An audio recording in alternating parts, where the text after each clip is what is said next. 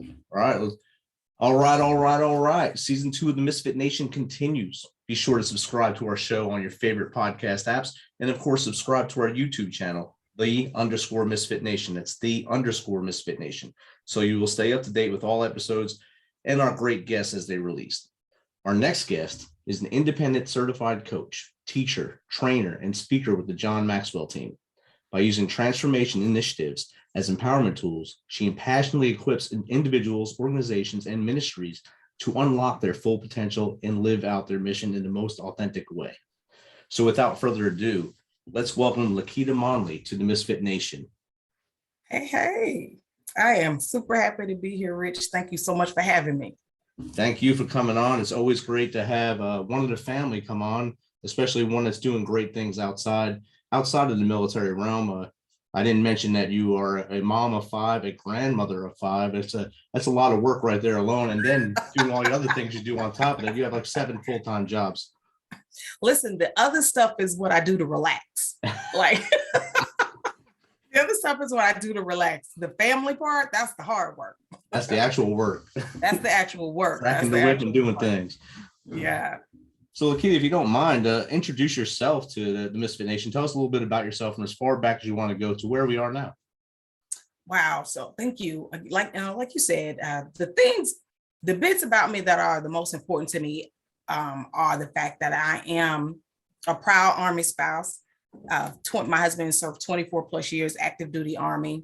And along that journey, we produced 5 little people that aren't that little anymore. They're actually 5 adult children and 5 grandchildren. And those things, those roles and those hats, being a military spouse and mom have shaped me really into the individual that I am today, as a minister of the gospel and a John Maxwell certified coach, speaker, and trainer. I would be probably no good as a John Maxwell coach. I probably wouldn't have even been introduced to John Maxwell or been inspired to become a part of the John Maxwell team if it had not been for some of the experiences, the lived experiences through being an Army wife.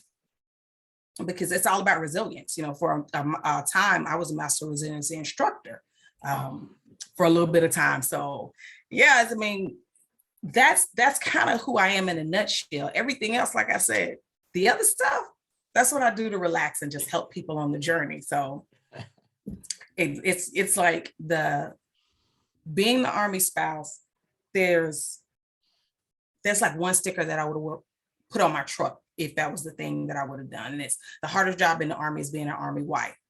And when and my husband is an old school NCO. Okay. Old school, when they told you your family got issued to you, NCO, they didn't get issued to you. They weren't a part of this agreement. So you deal with them when we tell you to deal with them. That's when my husband joined. Well, and in that, we had to learn to be resilient, self-sufficient. There was a lot of things that went into being a good NCO's wife that, unfortunately, and new Army, new spouses, they don't have that. And so I adopted sometimes a second, third, or 4th family unintentionally. Especially when it came down to deployments and long NTC rotations, JROTC rotations, going out, you guys going out and playing war before you go to war. Especially old school, 30 days in the field. Yes, 30 days in the field. That was just enough time for me to rearrange a couple of, some furniture and clean off the boots from the last field deployment that somehow I don't understand. You guys don't understand to take the mud off. You at the wash rack. Get the mud off your shoe. I got that speech a lot. But so, my husband joined back in the early 90s. He joined back in the early 90s when Kuwait was still a rotation. Yeah. It was a deployment, a hardship to a rotation is when he came in. So through all of Kuwait, Bosnia, Kosovo, and then bring us to the war on 2 fronts, deploying, life is still really happening. So I had 2 choices. It was either grow up or fold up. Yeah. Those were the choices. Grow up or fold up. The third choice that a lot of spouses wanted was, the Army needs to be more considerate. Well, they're kind of at war, so that can't happen. And I'm not trying to minimize the experience. Please, Right. please understand. I hope your viewers don't think, well, this lady's crazy. I come from that same school. I joined in 93, so I understand wholeheartedly. Exactly. It was either the last thing that my husband needed or anybody else in our family needed was if he was, no matter which one of those environments he was in. And our first duty station was Fort Hood, and he was in the cab. Oof. So like Fort Hood in the cab, that's 13 hours. Yeah. All day. All day. All day.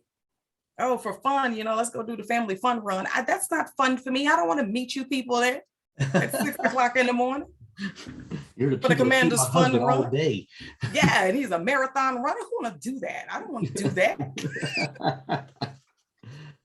But those experiences, it taught me a lot. It was some rough times, but it was a lot of good times. The good definitely outweighed the bad, hence the 24 plus year career. In those experiences, again, they've shaped me, they mold me into the woman that I am today, so that while my husband was out serving our great nation, doing the thing that we truly believe God called him to do, home was home. So I needed to be able to keep home together. And in order to do that, I had to keep me together. I had to keep our children together. So, nobody was getting the crazy phone calls from bill collectors, or I'm not breaking down, crying, and finding the support systems that work, and those are some of the tools that I learned in becoming a John Maxwell coach and becoming a minister. I was able to articulate them better and not as aggressively as I had in the past. So do you think your experiences early on as a military spouse led you to become a coach and help others? Absolutely. Because like I said, you end up adopting a family even before, that was back in the day where corporal was heavily used. Yes. So abused, not just used. Abused, yes. All the work and none of the pay, Uh-huh. And some of those young guys, and not that we weren't young at the time ourselves, we were, but generally they were younger. And I'll never forget this one incident. I am not, again, people, I'm not ever been active duty, but soldiers do some interesting things.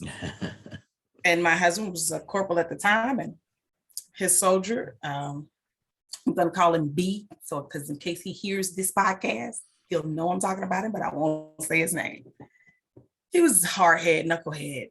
And he knew they were having a layout. So they had spent the entire, because he was in trouble, so it was just for him.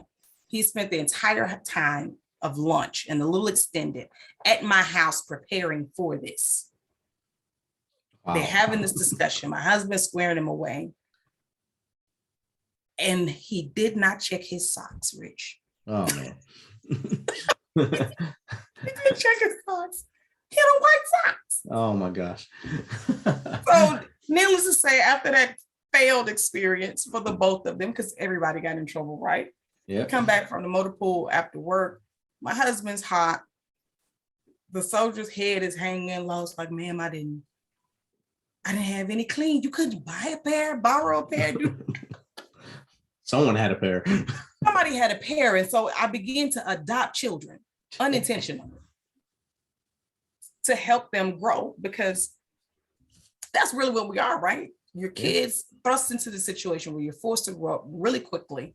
And that human nature says, I'm a grown ass man, I'm a grown ass woman. Who are you to tell me what to do right now in my life? And this is my first time being away from home. So we ended up adopting a lot of extra children along the way, other than the ones that we were producing. And since I'm in this situation as a leader, and I'm not the service member inadvertently, even with their wives, I needed to learn how to be a leader in that environment. and how to better serve my Army community, which I was introduced to John Maxwell through the local church that we were attending at the time. And a lot of his books were used as training tools. And so I loved the material. Fast forward a lot of years, the opportunity presented itself. And it's like, wow, a lot of these principles that John teaches and preaches on communication and personal growth and accountability and partnership, those are things that life taught us as my husband progressed through the ranks, from fresh out of AIT to the time of his retirement as a first sergeant. We learned a lot of stuff on the fly. A lot of life lessons. A lot of life lessons, lots and lots of life lessons that, now that over the last couple of years that I've been a John Maxwell coach and speaker and trainer, also still attributed to my husband's military career, us being able to live around the country and around the world, and being fortunate enough to be allowed to be in certain spaces and networking in certain places that open up the opportunity for me to become the international speaker and to be able to speak and coach on that international level.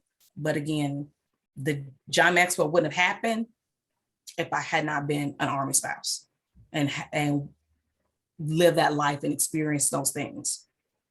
It definitely wouldn't have happened if you would have chose the option to fold. Like you said earlier, you either go with it or fold, and you chose to go with it and stay strong and build your, like you said, the family is very important, not just your core family, but that entire military family. And like you were saying earlier about adopting soldiers and their families along the way, and trying to make sure they don't make the same mistakes that you might have made when you were first starting out, or that you've seen others make when they were starting out, to make sure they were moving on the right trajectory up and not crashing into walls.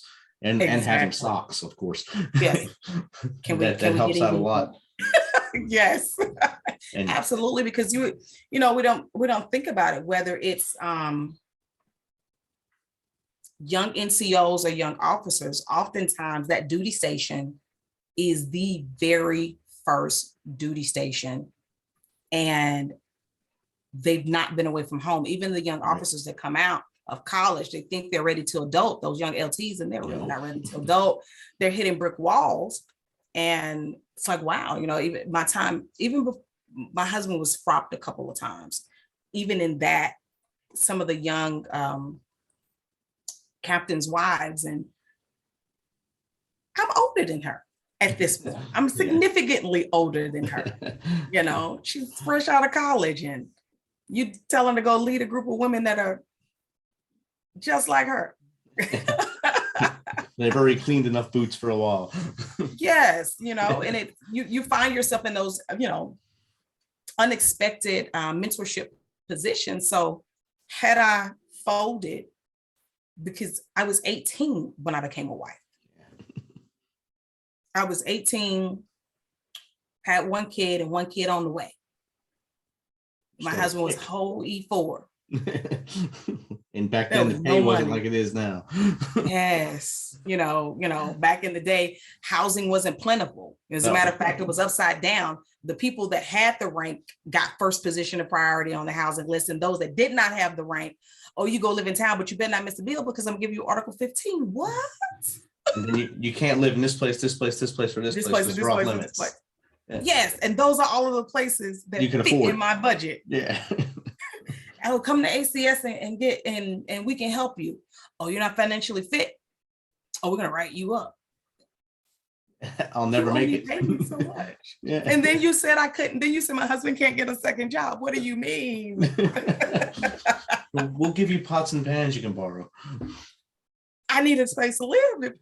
Pot and pan if they have any value to me, right? So, like you're saying, just these experiences and learning and growing from them, I still wouldn't change it because it matured us in a way that I don't think any other life experience would have. It matured us as individuals.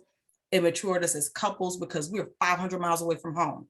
I'm born and raised from Macomb, Mississippi. 500 miles away from home. You know, in the 90s, there was no free anything in a phone call. No, yeah. So we couldn't call home all the time. Why, you know, internet, what's internet? Exactly. Right? That 10 cent a minute didn't happen until after 7, and you still didn't have the 10 cents. So And that wasn't to the late 90s. yes, exactly. The late 90s. So it forced us to grow up. It forced us to mature and depend on one another. And it forced the cohesiveness between the soldiers. Right. And even, you know, and the NCOs and the officers at that time. It forced the cohesiveness because we're all not where home is. And so you're either going to form the family or like I said, you're going to fold. Right. And fold and go back to what though? Exactly. You go right back into another rut, another spiral that you can't get out of because you keep quitting. Exactly. You'll never make it if you keep doing that. Do you think being at the great place first and then going overseas, was that a better step than going overseas first at Christ and then going back to Hood? Absolutely. Absolutely. We were stateside for a number of years before we went overseas as a family. And I saw that. I mean, you know, my opinion matters anywhere. I think it does a young service member, officer or enlisted, a disservice to let that first duty station be an overseas assignment. I think it does them a tremendous disservice. It sets them up for failure. Yes, definitely does. You know, you're 18, 19, 20, 21, you know, like I said, depending on where you're coming in at, and you sit me smack dab in the middle of Mannheim, Heidelberg, Wiesbaden, you know, Grafenwehr, K-Town. You sit me over there, Okinawa, going down to Italy, and life is not America. And then you tell me, don't do that, but that's out there. What? Don't get in trouble, but okay. Yeah, you know, you send me to Korea and you show me the whole strip and say that's off limits, but it's out there.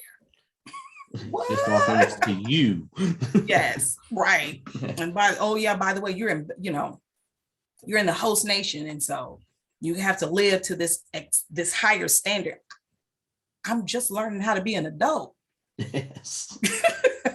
I think Korea was the worst place to send someone on their first duty assignment. Yeah. Especially the 18 to 20-year-old, because they go buck wild when they get there and they wind up coming back the same rank they left as, if not just out of the Army. If just not out of the Army. And we saw it a lot. Our first overseas assignment, my husband is an intel analyst. And so our first overseas assignment as a family was England. He was over there at NATO. So the Army did not have, as a joint assignment, the Army did not have brand new soldiers over there. But I saw it in the Air Force. I saw it in the Navy, young service members.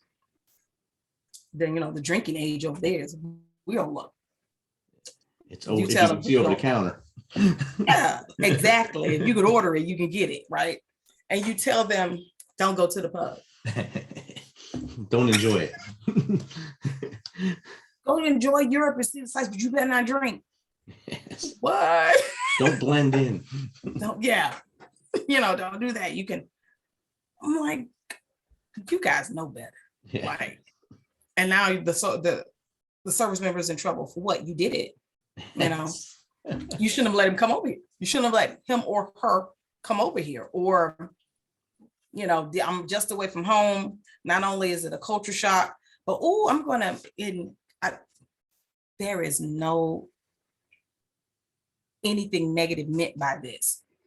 But I'm falling in love because I'm this young service member, male or female, and I'm out of the country for the first time, and I have this delightful new selection of humans to look at. Yes. And all this new candy. All this new eye candy to look at. Like, and that accent is amazing. And next thing you know, I'm married. Yes. And I can't afford it. Yeah.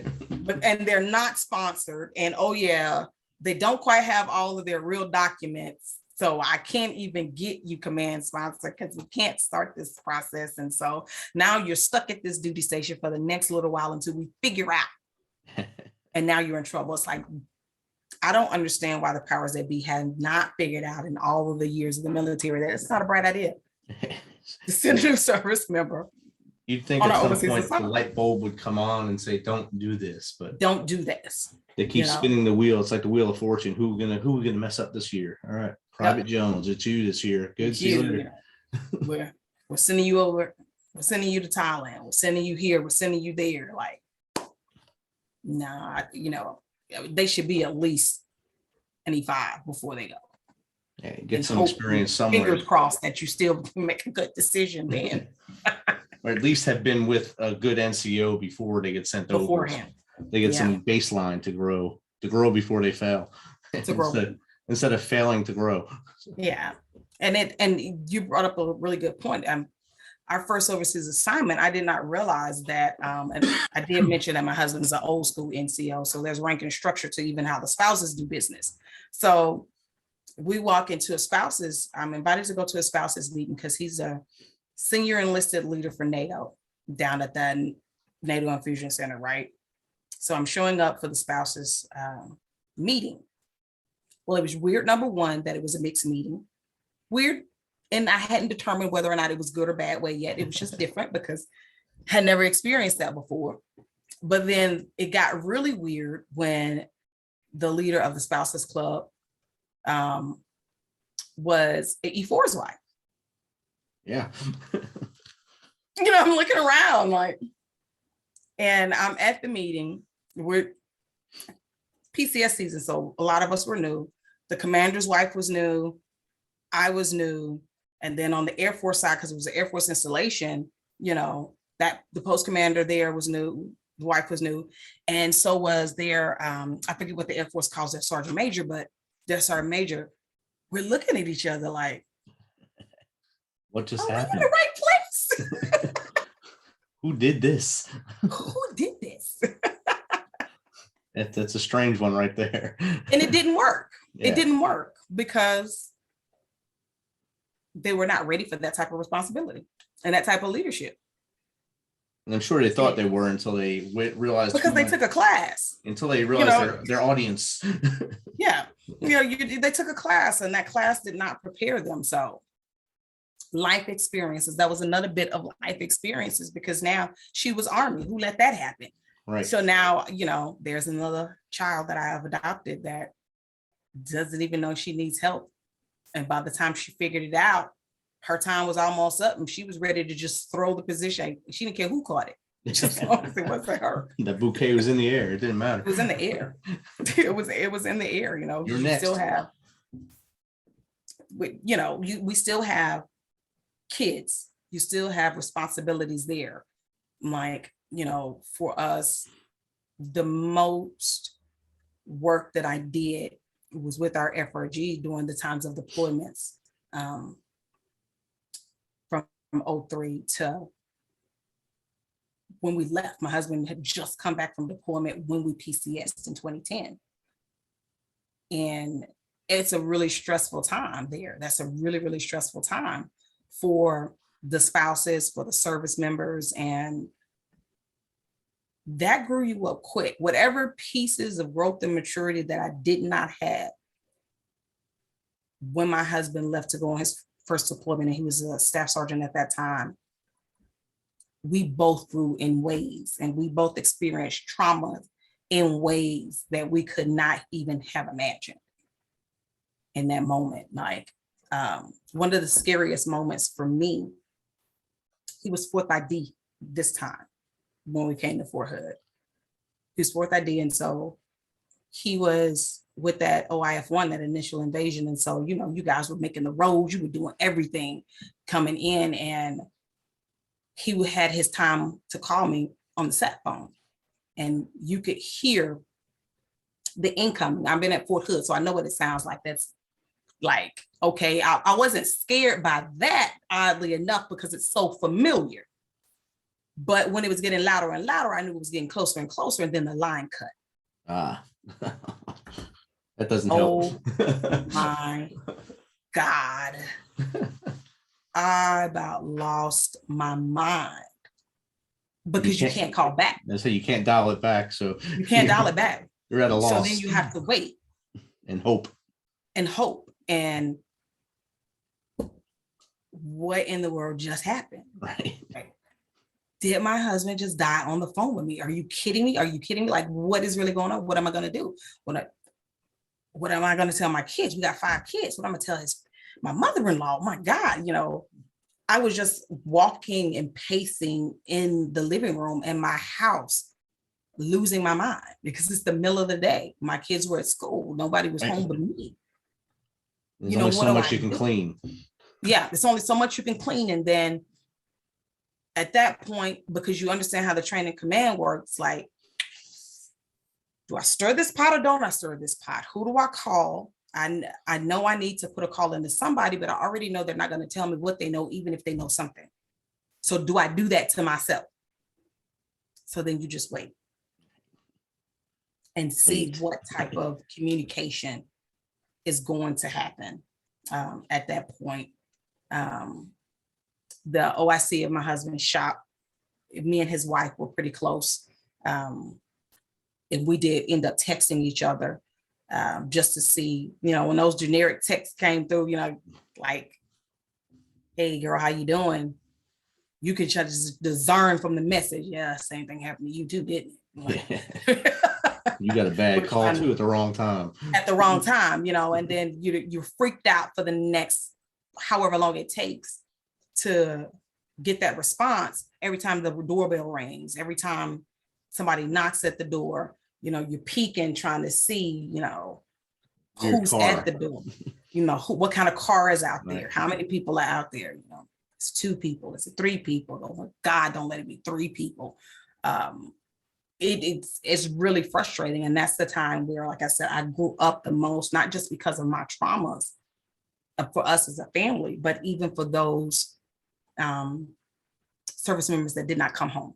Right. And so we were here to be able to spend that time with their families and help them breathe through that process. One of the first actually death that came out of our church, the service member was the wife, and they had 3 girls. Oh, wow. And we were all small group. And so they were in our small group. And we mapped out this plan. Okay, we're going to help you. This week, we'll get the girls and do the hair. That week, this one. And then as a group, we got notified because she was in the same unit as my husband. So he was like, hey, babe, sis didn't make it. You need to be ready to go to. And I was like, wow. What do you do with that? Like, what do you do when you're 18, 19, 20, 21, 22? You have to grow up and you have to have people around you that can help you do it. Or in those deployments, and those babies are there. But, by the time he gets to the 2nd, 3rd deployment and the parents are coming in, they fresh out of AIT, don't even have a full TA-50 issue, but they're going anyway. You go get it in route when you get to Kuwait.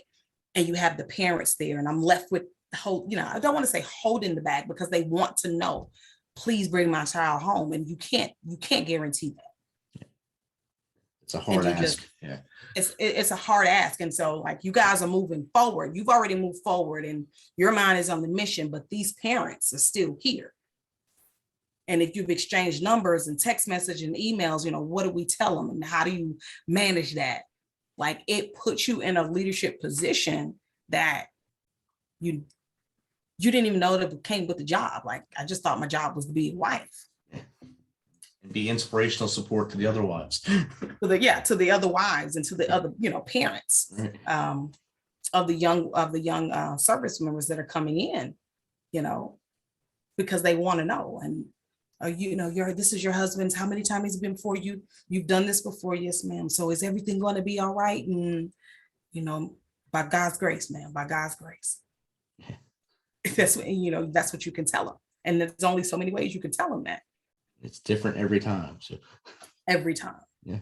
Every time. So, but yeah. So like I said, my experience as a military spouse, for sure. As a wife and as a mom. I think all that made you into what you are now, and pushing as a trainer, a motivational speaker now. During the last 2 years, I'm sure you weren't able to get up in front of large groups, but were you able to do it via Zoom like we're doing now, or Yes. still getting booked around the world? Still getting booked via Zoom, and different people are using different platforms, but Right. and this is definitely doing it via Zoom is a different experience, but by and large, it actually helped me to be able to reach more people in more spaces, because I could do it from the comfort of home, and Right. it's less expensive for companies and organizations to have to fly me out versus, hey, can you talk on this topic and of purpose, activating destiny, leadership, entrepreneurship, just whatever the case may be, whether it's organizations that are wanting to grow their teams, say in organizational communication. Right. Can the team, we need to work on that. DINE, diversity, equity, and inclusion, or, just some specific leadership training, just whatever the case is, then I bring that to the table. Like, again, and it comes from the blessing of being a military spouse. So yeah, when you're a host nation, you get to work with people. You have no choice. You have no choice. You have no choice but to work with the local nationals, because they're working on the installation with you. And if you are fortunate enough to get the proper documentation so that you can then work off post, right, you're definitely living and operating and working and having to deal with diverse people from diverse culture. And that was just, again, had I not had that experience as a military spouse living and working abroad, I know that I would not be as effective as I am as a speaker and coach, because we were coming into different corporate settings. We have people from diverse cultures, diverse places, and we have to be able to help them effectively. And understand the difference in cultures as well as you're speaking to them, and being immersed into society. As you said, if you were able to work off base, off the installation overseas, that helps a lot, because then you actually understand their why or who they are at that point. And then when they ask for help, then you can kind of tap and get in there and say, look, this is how we do it. And based on what I've learned from you, I think you can do this. Mm-hmm. Absolutely. Otherwise, you're just spinning a wheel. You're spinning your wheel. Yeah. We purposely chose to live off installation in Germany and in England. And I'm so glad for that reason. Like, we want to, if I'm going to be here, I want to be here. Right. I want to be here. I want to learn what I can learn. I want to know the local nationals. I want to eat your food. I want to know what you do for fun. I want to learn your slang terms. Like, I want to live life the way that you live life. I'm an American all day, every day. When this assignment is over, I'm going home. Right. I know how to be an American, but what I want to know is, how do you live life? How do you do life? Why do you do it like that? And what's our common, what's our middle ground? What's the common denominator between both of us? Between both of us, one of the best experiences we had living overseas, two experiences, one in England. We were in England for 2010 World Cup. Okay. Nice. Yes, as England was playing America. And so we lived in a little village. And so our neighbors, of course, they know the Americans that live in the neighborhood. So it was this intense thing going, great fun. I was learning about soccer as I went. And that was one of the best experiences. The heated trash talk leading up into the day. Yeah. And then while the match is going on, Brits can be really loud. I don't care what they tell you about loud Americans. They have us beat. Especially when it comes to football. Football. Oh my God, yes. And even after the game, we didn't lose. It was a draw, but it was such great fun. And then in Germany, we lived in this little village called Tonsfleck.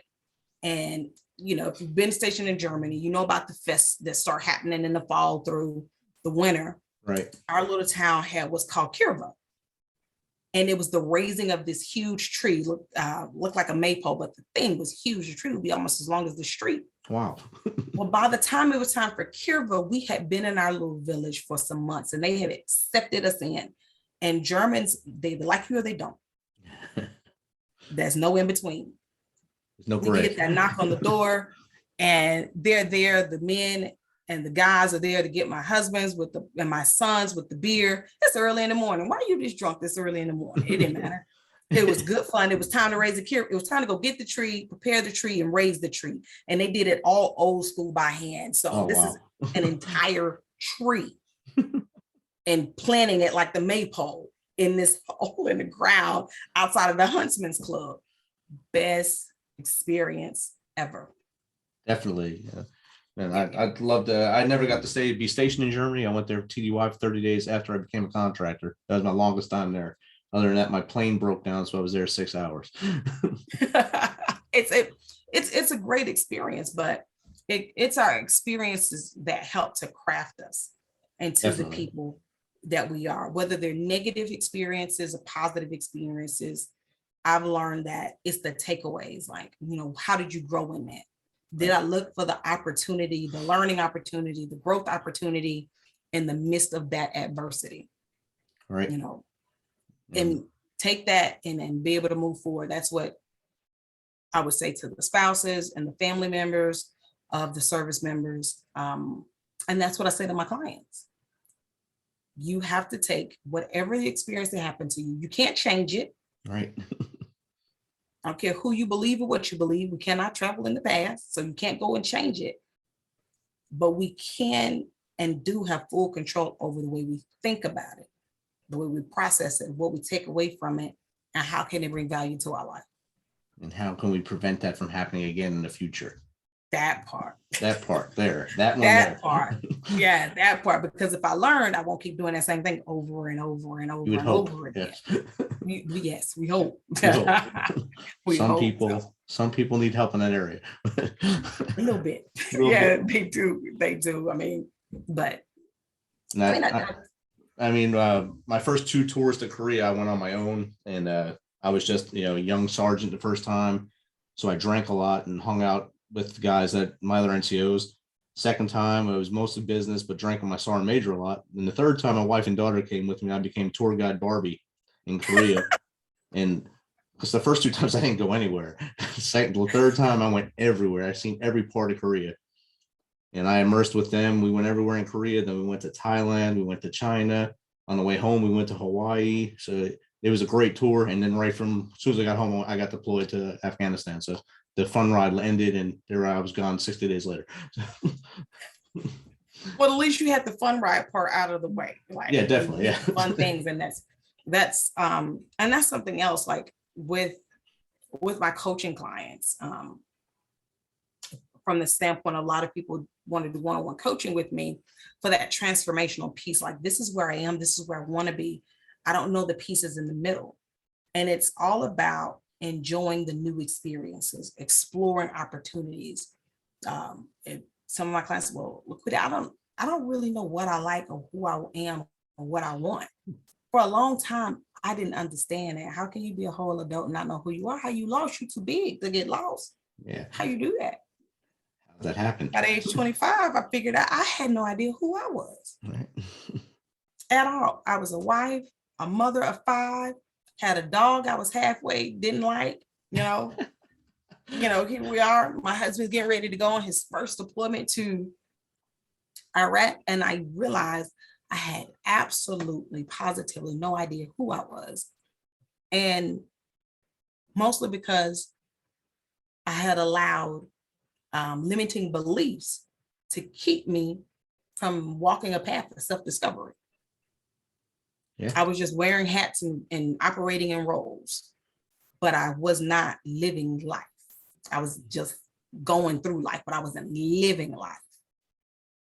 So you weren't living with purpose on purpose. Exactly. Right. While he was gone to Iraq that first time, I was on a discovery tour of who I am. And when I discovered that, I was living life with a purpose, on purpose, and absolutely refusing to look back. As bad as it was that he was deployed, I have to admit that because of the intentionality behind that move, he and I experienced, believe it or not, some of the best times we've experienced. Like we grew closer, if that makes sense. Yeah. We, even in the distance, we grew closer because we were having these self-discovery moments. And out of that conflict, we figured out this is what we're going to do as a couple. This is how we're going to help people, like really help people. This is how we're going to help ourselves.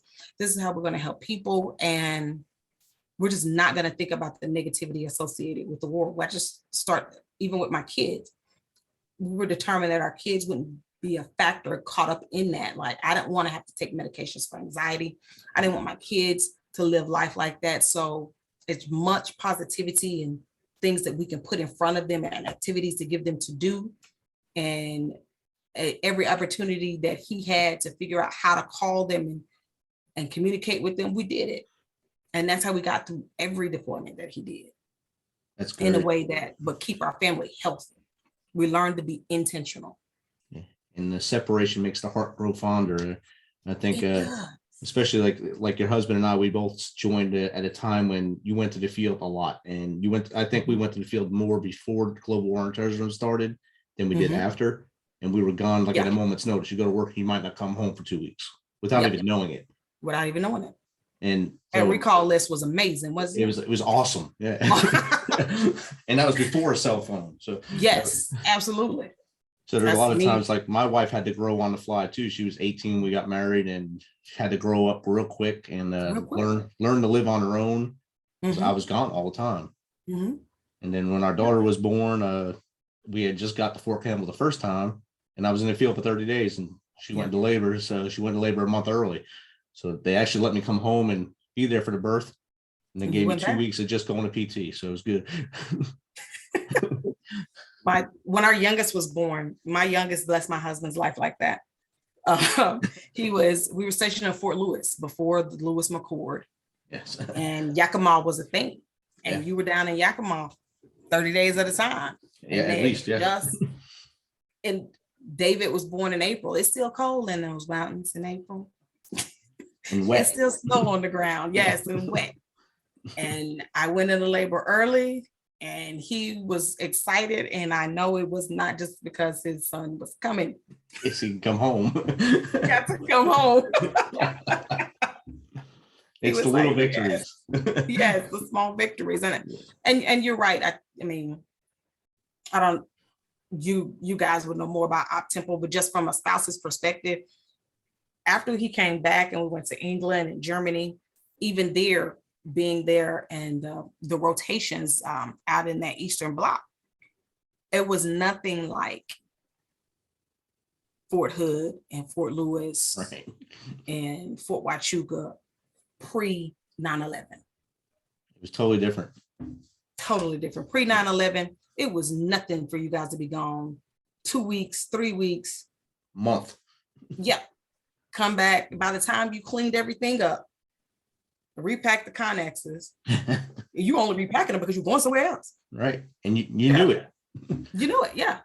You already knew it. Like you had no choice. And so I spent a lot of time when we were overseas, volunteering and coaching young NCOs' wives and soldiers' wives, not just ours, but through ACS. By that time, ACS had programs designed to help them get acclimated to what military life looks like, and especially if they were going to step into that role as a spouse's leader, or we call them FRG leaders. I'm gonna still call it that, but as a spouse's leader, what to look for. I spent a lot of time volunteering because there's just things you will have to do on your own. And people often ask, well, you sound like you've been in the military. Well, I was my husband's only study buddy. With the way they were in and out of the field and doing, if he was going to make it to any of the boards necessary so he could get promoted, I had to become his living, breathing flashcard. And so uniform fixer. Yep, uniform. There you go. I got the rulers and everything. I hate to see a soldier out of uniform. It's like irritating to me. Like in the days of the BDUs, I have the secret to make that cap just right with the roll up, the little roll up cover mat that you guys use to lay down before you put your sleeping bag down. You some Stay Flow, wash that bad boy out, soak it in some Stay Flow and mold it around that thing. Don't touch that. It'll be perfect in the morning. It'll be all right. All right, right. Like having to do things like that and be his study buddy. I have ARs and FMs and all that in my head. No reason now. For no reason. Like for no reason. But I thought it was, but there were some times when some spouses, they needed the information. Their service member either did not know or was not forthcoming with the information, but then you're in the field and this happens. Well, you need to know where to go to get the help that you need. You need to know what kind of documents you need to fill out in order to get the help that you need, and not just run to the person in charge because they're going to redirect you in a very not nice way. And then your feelings going to be hurt. So yeah, Army wife definitely helped me to become who I am today. Yeah, I think it helped you mold into what you are and what you're doing now. And I think a lot of people appreciate it. If they don't thank you in person, they probably thank you behind your back somehow. They say that LaQuita is awesome. She did this for me, and she helped me raise my family without her even knowing it. And I think that's something that it makes your smile get bigger, and that's great. Both you and your husband have served this country. Your husband for 24 years, you said, right? And still serving as a contractor, and then you still doing the great things you're doing. I appreciate you sharing your story with us here on the Misfit Nation and taking some of your time. How does someone get in contact with you just to chat with you, maybe? So the easiest way to chat with me is actually through my social media. Okay. I am the person that is responding to my social media. So if they just Google LaQuita Monley, that's my name on every social media platform. I'm on Twitter, I'm on Instagram, I'm on Facebook, and I'm on LinkedIn. And if you want to reach out to me, just message me in the DMs and I will get back to you. You can also go out to my website and fill out the contact us form if you'd like. And if it's like you said, LaQuita, I just want to shoot you an email. Shoot me an email. I'm going to be the one to respond to that as well. So, but for more immediate response from me, real-time response, send me a message. Send me a DM on my social media. Website is www.laquitamonley.com. Thank you again for coming on, and enjoy the rest of your evening. You too as well. Thank you so much for having me. It's been great. Love the podcast, love what you're doing, and it's definitely been an honor and a privilege to be here. Awesome. Thank you. Thank you.